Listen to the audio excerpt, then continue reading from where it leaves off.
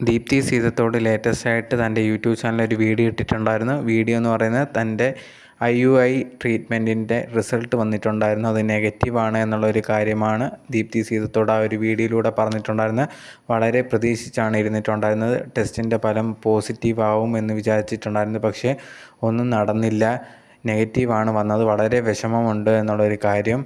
ഞാൻ കുറേയധികം പ്രതീക്ഷിച്ചിട്ടുണ്ടായിരുന്നു ഈ ഒരു സമയത്ത് ഒരു കുട്ടി കിട്ടുമെന്ന്. അതിൻ്റെ ഫുൾ പ്രിപ്പറേഷനിലായിരുന്നു. വീട്ടുകാരെല്ലാം അങ്ങനെയാണ് എന്നെ കെയർ ചെയ്തത്. ഞാനും വിചാരിച്ചിട്ടുണ്ടായിരുന്നു. പക്ഷേ നെഗറ്റീവ് ആവുമെന്ന് ഒട്ടും പ്രതീക്ഷിച്ചിട്ടില്ല. പക്ഷേ എൻ്റെ ഭർത്താവ് ഭയങ്കരമായിട്ട് എന്നെ സപ്പോർട്ട് ചെയ്യുന്നുണ്ട്.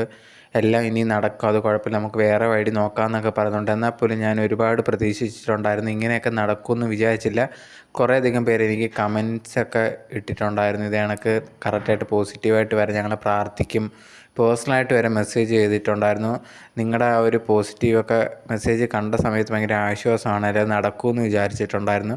പക്ഷേ നെഗറ്റീവാണെന്ന് അറിഞ്ഞപ്പോൾ ഭയങ്കര വിഷമമുണ്ടായി എന്നുള്ളൊരു കാര്യം ദീപ്തി ആ ഒരു വീഡിയോയിൽ പറഞ്ഞിട്ടുണ്ടായിരുന്നു.